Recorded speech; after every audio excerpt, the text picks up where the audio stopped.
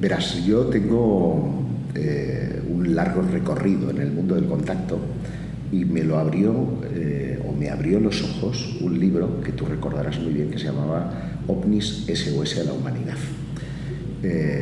Por lo tanto, Sixto para mí fue algo muy, muy especial.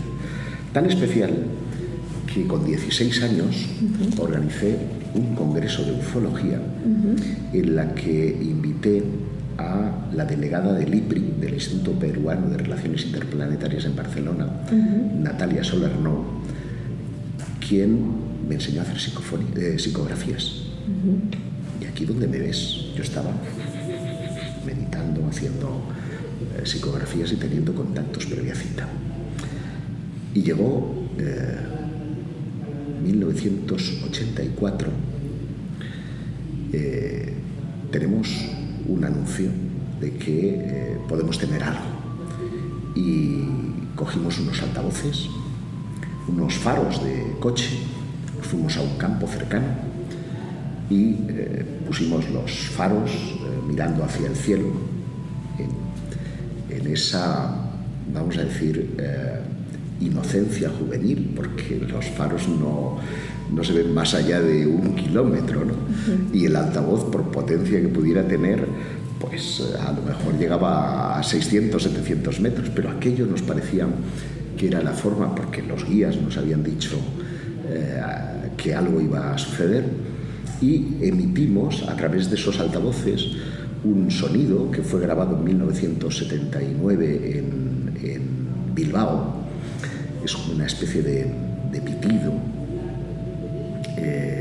procedente de un ovni. Y lo estuvimos emitiendo durante más de 1 hora. Allí no pasó nada. Nos fuimos a dormir y al día siguiente los titulares eran: los ovnis aparecen en la comarca del Vallés Occidental. La televisión, más de 100.000 personas pudieron verlos, menos nosotros. Los vieron todo el mundo menos nosotros, que éramos los que lo habíamos llamado. Y entonces nos quedamos perplejos y dijimos: oye, a ver si es que ha funcionado, pero no hemos ido al lugar correcto. Y volvimos a repetir el experimento 1 semana más tarde. Y volvió a suceder. Y seguimos sin verlos nosotros. Y de nuevo la revista Karma 7 publicó en su portada: jóvenes vallesanos llaman a los ovnis con una grabación.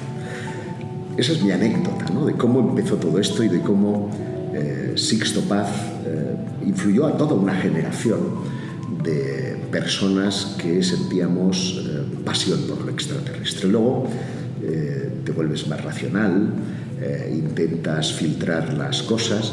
Aún así, yo nunca me he desmarcado de la parte más espiritual, habida cuenta de que cuando yo me introduje en todos estos temas fue en cierta medida debido a que una vecina con la que mis padres me dejaban al cargo a mí y a mi hermano cuando mi papá y mamá trabajaban, ella era médium espiritista y puso 2 libros en mis manos, ¿no? Uno era No es terrestre, de Peter Colosimo, que era una aventura fascinante de arqueología relacionada con el mundo de lo extraterrestre, y el otro era un libro espiritualista, Juan Salvador Gaviota, que yo no llegué a entender porque tenía en aquel, pues que podía tener 8 años, por ahí, ¿no?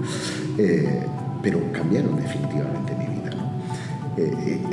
Esos son los contactos que a mí me impresionaron y que después, con el paso de los años, y tengo que ser sincero, han habido casos que me han hecho pensar, me han hecho meditar mucho, pero ninguno, por desgracia, han tenido el peso ni la evidencia para que de una forma incontestable puedas decir que eso que está ahí es para ti. Es, como yo contaba en la conferencia, al final el contacto sirve para quien lo experimenta de forma personal e intransferible. Los demás podemos interpretar, podemos sentirnos más o menos afines, pero quien vive la experiencia casi como un continuo que te va llevando de un lugar a otro, de una experiencia a otra, de una persona a otra, eres tú. Y esa es la experiencia que vale. no el del guía, el maestro que te está dando, sino la propia experiencia personal. Y desde esa experiencia y desde ese mensaje personal intransferible, de acuerdo a todos los contactados con los que has tenido contacto, historias que has sabido, el mensaje que rescatamos del mensaje extraterrestre en cada una de estas personas, todas tan distintas, tan diversas, de lugares muchas veces también, ¿no? Muy diferentes. ¿Qué es lo que tú rescatas del mensaje extraterrestre a lo largo de tu experiencia? Y a lo mejor, si nos puedes comentar en este momento también puntualmente a propósito de las cosas que están ocurriendo. Verás, los ovnis en general se aparecen casi como una especie de advertencia, como una advertencia a la humanidad, a veces como una advertencia a un pueblo específico, a veces como una advertencia de algo personal.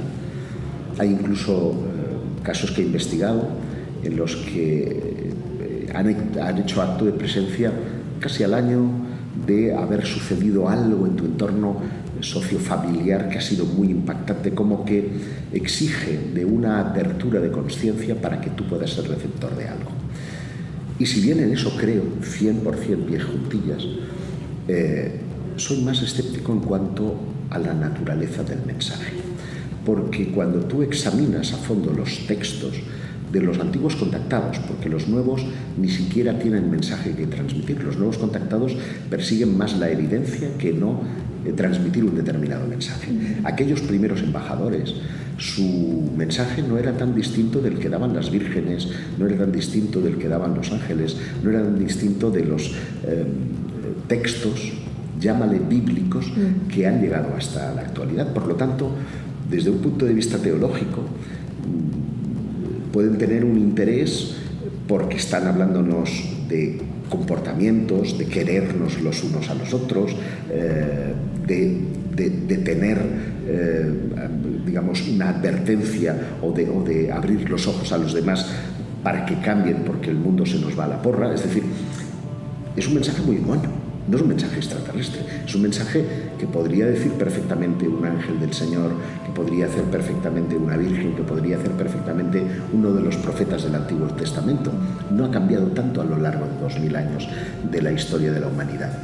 Lo que me hace pensar que seguramente quienes están detrás de todo esto son los que antiguamente nosotros llamábamos dioses, los que antiguamente llamábamos ángeles, los que antiguamente llamábamos profetas. Bueno, y de acuerdo a esto ya los embajadores, los contactados embajadores, que ahora luego dices hay contactados que no necesariamente se transmiten el mensaje, sin embargo, ¿qué podríamos decir o cuáles podríamos decir que son las características de estos contactados? Está pasando que la sociedad le cuesta mucho pensar, por sí misma. Hay personas, Tatiana, que te asombrarías, se esconden detrás de un móvil porque cuando les viene un pensamiento dicen, uy, ¿esto qué es? Y tienen que volver al móvil para evitar pensar porque es algo desconocido. Es decir, estamos inmersos en una burbuja tecnológica tal que hay estudios que nos dicen que nuestros cerebros, los cerebros de las nuevas generaciones, no concentran más de 5 y 6 segundos la atención sobre una determinada cosa. Estamos en las redes sociales permanentemente haciendo así. Por lo tanto, también el contactado ahora ha cambiado su forma de decir las cosas. Ya no es importante tanto el mensaje que nos daban Siragusa, Billy Mayer, Daniel Fry, Sixto Paz, George Adamski, en fin, todos los contactados más históricos. Los nuevos contactados concentran en mostrar evidencias. Es decir, es como que hemos dado pasos atrás y las nuevas generaciones necesitan lo que ahora es palpable, lo que es material, porque estamos en una sociedad muy materialista, para que eso nos abra la conciencia y exploremos por nuestro lado, ¿no? Eso es lo que yo creo que está sucediendo en este momento. Ok. Y como característica, ¿hay algo que se mantenga? Si alguien dice, me encantaría ser un contactado. Claro, es que esa es una gran cuestión, porque ¿se hace o nace? ¿Te eligen o eres tú quien elige el camino? Yo siempre he dicho que el teléfono solamente lo saben ellos de allí para acá. Es cierto, y esto abriría un debate extraordinario, En este proceso de desclasificación que Estados Unidos empezó, antes de que apareciera nada, hubieron unos agentes de la CIA que pidieron colaboración a Gary Nolan. Gary Nolan es un biólogo que trabaja para la Universidad de Stanford, que está especializado tiene un programa para analizar específicamente la sangre, y le dieron toda una serie de tomografías de cerebros de personas que habían tenido encuentros cercanos con ovnis. Y vio que existía una constante cerebral en todos ellos. En la zona del putamen existían una serie de callosidades que coincidían en todos los que tenían ese tipo de encuentros. Y la pregunta que se hizo es, porque esas callosidades eran equivalentes a tener casi una enfermedad como la ELA. Es decir, él decía, estas personas tendrían que estar muertas y sin embargo están viviendo, ¿no? Y se preguntaba, ¿han sido elegidas por estas características o estas características han aparecido después de los encuentros físicos? Y eso está todavía por resolver, pero si fuera lo primero, es decir, que han sido elegidas, diríamos que existe una capacidad cerebral que es distinta al resto de los mortales y que nos permite sintonizar con esa otra realidad. Porque eso es lo que explica que en un lugar como Fátima hayan 100.000 personas de las que muchas miles ven un fenómeno y las otras se han quedado a ciegas, no están viendo nada. Y sin embargo, esa danza del sol que estuvo allí fue capaz de secar ropas, fue capaz de generar efectos físicos, por lo tanto es real, pero sin embargo no todo el mundo lo percibió. Y sí hay una característica cerebral que es la que nos abre precisamente a poder contactar con otras realidades. Esa es la cuestión que ahora estamos investigando.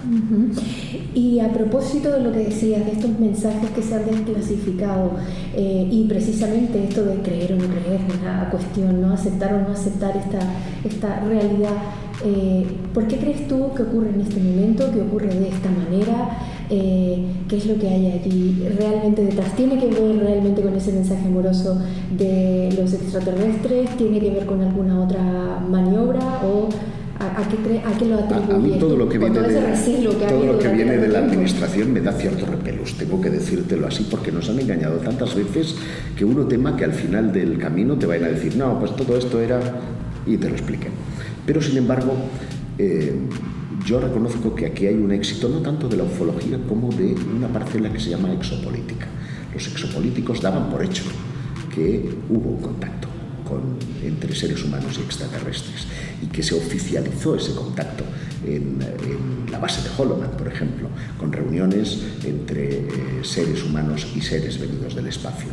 Desde esa perspectiva hay una amplia documentación que ellos, tirando precisamente de contactos de alto nivel dentro de funcionarios, ministros, militares, incluso astronautas, han ido concienciando dentro del Congreso, y gracias a la inestimable labor de Harry Reid, un senador que ya falleció del estado de Nevada, gracias a los dineros, fondos en este caso de un promotor de Las Vegas, Robert Bigelow, y gracias a un músico de la banda de Blink 185, ahora no me viene el nombre a la cabeza, gracias a estos puntales se hizo una punta de lanza que logró abrir el melón. Ese melón consistía en sacar a la luz 3 vídeos que son ampliamente conocidos, el Go Fast, el Gimbal, y hay un tercero en el que se ve también a gran velocidad, que se dieron a conocer a través del New York Times, y aquello abrió el melón. Eso ha sido ya un proceso imparable desde el 17 hasta el día de hoy, que ya únicamente tiene una puerta de salida, que es conocer la verdad. ¿Por qué digo que hay una única puerta de salida? Porque se ha avanzado tanto dentro de ese proceso que ya es imposible dar marcha atrás. La sociedad estadounidense ha cambiado su forma de pensar. Ahora casi un 80% cree que el gobierno está ocultando pruebas y un 63% cree que detrás de los UAP hay fenómenos de origen extraterrestre. Ahora no pueden dar la callada por respuesta. Y me atrevo a decirte que estamos tan cerca de esto como que en la misma medida en la que se apruebe esta enmienda a la ley de presupuestos de 2024, va a haber un plazo de 6 meses y otro de 180 días para desclasificar toda esa información. Si hay tecnología inversa, hay 22 menciones a tecnología no humana y a restos biológicos no humanos en esa ley. Cuando esto salga a la luz, de forma indefectible, vamos a tener que decir por fin que no estamos solos en el universo. Bueno, pues muchísimas gracias. Ha sido un placer.